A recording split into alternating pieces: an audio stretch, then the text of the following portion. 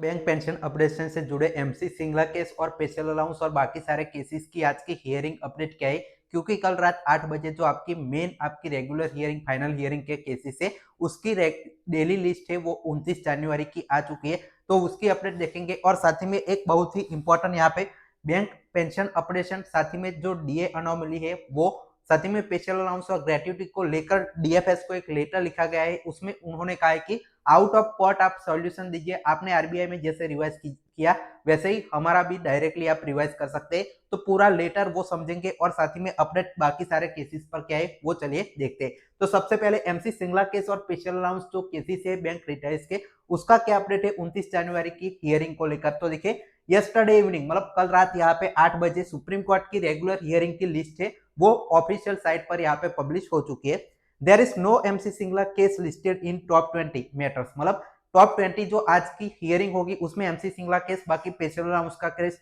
जो ग्रेट्युटी पे आपका स्पेशल अलाउंस लेना है वो कोई भी केस टॉप 20 की हियरिंग में यहाँ पे जो है वो 29 जनवरी के आपका बैंक रिटायर्स का सुप्रीम कोर्ट में नहीं है। साथ ही में देखिए अदर मैटर जैसे मैंने बताया स्पेशल अलाउंस और वो बाकी केसेस भी यहाँ पे टॉप 20 में आपके आए नहीं है। Need to wait for evening, मतलब कल रात यहाँ पे फ्राइडे को फिर से रात 8 बजे जो आपकी वीकली लिस्ट आएगी उसमें जो है वो अगर टॉप में आता है आपका केस तो नेक्स्ट जो आपका जो है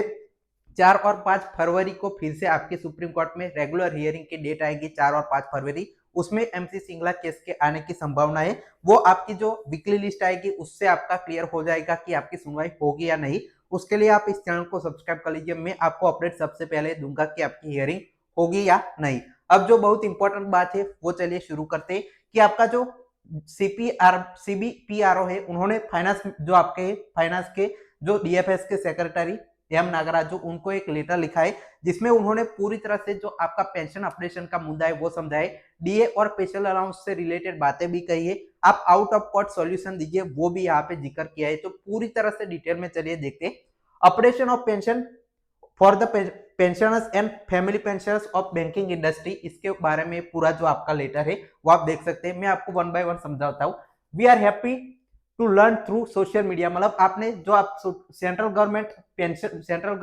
ने अप्रूव किया पेंशन रिवीजन, आरबीआई, नाबार्ड और बाकी सारे इंश्योरेंस कंपनी में, उससे हम यहाँ पे हैप्पी है। और उसमें एक लाइन लिखी गई थी, the decision has been taken in line with government commitment to ensure fair adequate and sustainable retirement benefit. ये जो आपकी लाइन थी उससे हम खुश है और इससे आप हमारा जो बाकी फाइनेंशियल सेक्टर जो बैंक एम्प्लॉयज है, पब्लिक सेक्टर बैंक एम्प्लॉयज है, उनको भी ये बेनिफिट दीजिए, उसके बारे में इन्होंने रिक्वेस्ट की है। तो देखिए the pensioners of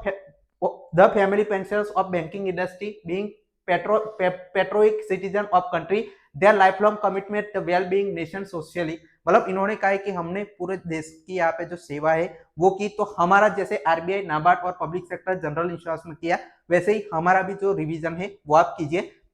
In our several number of correspondents have drawn attention of government IBA to fact that as per provision of 1993 pension settlement of banks signed under the provision of Industrial Dispute Act 1947, the pension scheme of banks model the provision of RBI employees and central government employees pension scheme in several correspondence between IBA and Shri R N Godbole general secretary of AIBOC, मतलब इन्होंने कहा है हमने जो 1993 में आपका एक settlement sign हुआ था उसमें 1947 एक्ट के तहत आपके जो आरबीआई के रिटायर्स है, सेंट्रल गवर्नमेंट के रिटायर्स है, उनके इनलाइन विथ हमारा जो पब्लिक सेक्टर के रिटायर्स है उनका भी पेंशन किया था, उनका जो रेगुलेशन होगा वही इन लोगों के लिए भी यहाँ पे अप्लाई होगा, आपने यहाँ पे कहा था। और उस पर आईबॉक के और आरबीआई और जो सेंट्रल गवर्नमेंट है सभी की स्कीम एक साथ यहाँ पे एक साथ जैसे भी चेंजेस हो गए वो अप्लाई करने को कहा था। अब देखिए in the bank employees pension regulation 1995, मतलब एक 1995 अलग से बैंक एम्प्लॉयज का पेंशन रेगुलेशन एक्ट है, उसमें ये पेंशन अपडेशन को लेकर यहाँ पे जो है 35(1) आपका जो है वो रेगुलेशन दिया गया है। उसमें लिखा गया है in the original regulation it was made specific the particular batch of pensioners who had been eligible for pension updation, मतलब जब आपका ये रेगुलेशन इंप्लीमेंट किया तब एक आपका क्लॉज था कि ये जो कुछ रिटायर्स है 1987 से 1986 तक के जो एम्प्लॉयज है उनका पेंशन अपडेशन का क्लॉज इसमें डाला गया था। फिर 2003 में गवर्नमेंट ने इसको जो है अमेंडमेंट किया और इसमें जो सभी पेंशनर्स है उनको इंक्लूड किया गया कि सभी पेंशनर्स अब ये रेगुलेशन है उसमें शामिल हो गए और टाइम टू टाइम गवर्नमेंट इसको जो जैसे सेंट्रल का और आरबीआई का होता है वैसे ही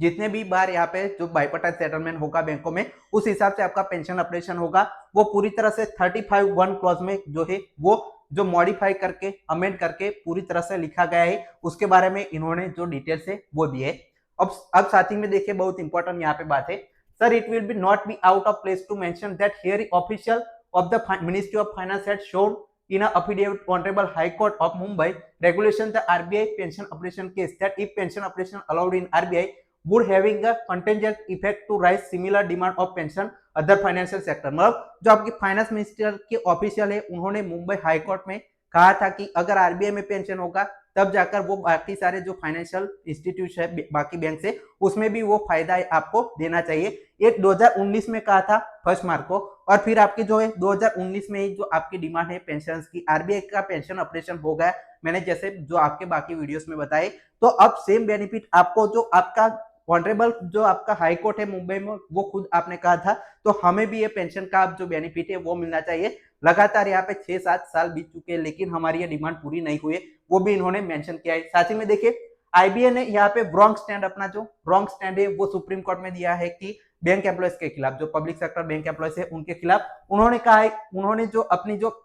काउंटर आपका जो बैंक पेंशनर्स है उनके सामने काउंटर में कहा है कि हमारे पास फंड नहीं है, हम आपका जो रेगुलेशन है उसमें ऐसा कुछ लिखा नहीं है, लेकिन रेगुलेशन 56 यहाँ पे क्लियरली स्टेट करता है कि जो आपकी अथॉरिटी है सेंट्रल गवर्नमेंट एम्प्लॉयज और आरबीआई के एम्प्लॉयज, जब भी आपका रूल है बैंक पेंशन ऑपरेशन का 35(1) क्लॉज है उसमें कोई भी डाउट आता है तो आपको सेंट्रल गवर्नमेंट एम्प्लॉयज के रेगुलेशन और आरबीआई के रेगुलेशन है वो फॉलो करने हैं। उसको यहाँ पे 56 आपका जो सेक्शन है वो साफ साफ लिखा गया है। तो आपको अगर कोई भी डाउट है आईबीए को तो आप यहाँ पे इसको रेफरेंस देके हमारा जो पेंशन रिवीजन है वो कर सकते हैं। ऑल द इश्यू के बारे में यहाँ पे जो डीएफएस है फाइनेंस मिनिस्ट्री है उनको ऑलरेडी ये लिख चुके हैं। 20 नवंबर 2025 को भी यहाँ पे सारी चीजें यहाँ पे डिस्कशन के साथ यहाँ पे जो डीएफएस है उससे हुई थी। साथ ही में देखिए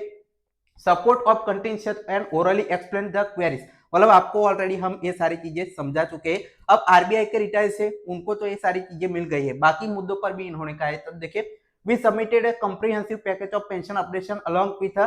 reckoning of special allowance of purpose of calculation pension and gratuity, also taking care of DA anomaly created in 12 bipartite settlement 9 joiner। मतलब साथ ही में पेंशन ऑपरेशन का मुद्दा तो है ही, लेकिन साथ ही में डीए का मुद्दा है, स्पेशल अलाउंस का, ग्रेट्युटी का, वो सारी चीजों के बारे में भी हमने आपको बताया। अब साथ ही में इन्होंने कंक्लूजन में क्या कहा है, we are really elated and emboldened to see the reassuming words commitment of government of India to well-being of senior citizen as per RBI, as we have been birds in the same feather, we are believed that if winter come can spring be far behind। मतलब अगर आपने RBI का किया है तो हमें भी ये सारा बेनिफिट है वो डायरेक्टली आप देख सकते हैं। जैसे आपने नोटिफिकेशन जारी किया आरबीआई के लिए, नाबार्ड के लिए, जो आपकी बाकी इंश्योरेंस कंपनी के लिए, वो आप डायरेक्टली हमारा पेंशन ऑपरेशन है वो पब्लिक सेक्टर बैंकों के लिए भी कर सकते हैं। फंड के बारे में ऑलरेडी इन्होंने बताया कि इनफ यहाँ पे एडिक्वेट फंड है जिससे पेंशन ऑपरेशन आपका हो सकता है। We are respectfully submit to your good self to ensure full justice to bank pensioners ending the ordeal at the earliest. मतलब डीएफएस सेक्रेटरी को इन्होंने जो आपके ज्वाइंट कन्वीनर सी पीआरओ है केवी आचार्य, उन्होंने पूरा लेटर लिख के यहाँ पे रिक्वेस्ट है वो की है। आप इस पर क्या सोचते हैं अपनी राय कमेंट सेक्शन में जरूर बताइए। चैनल को सब्सक्राइब करना ना भूले। Final thanks for watching.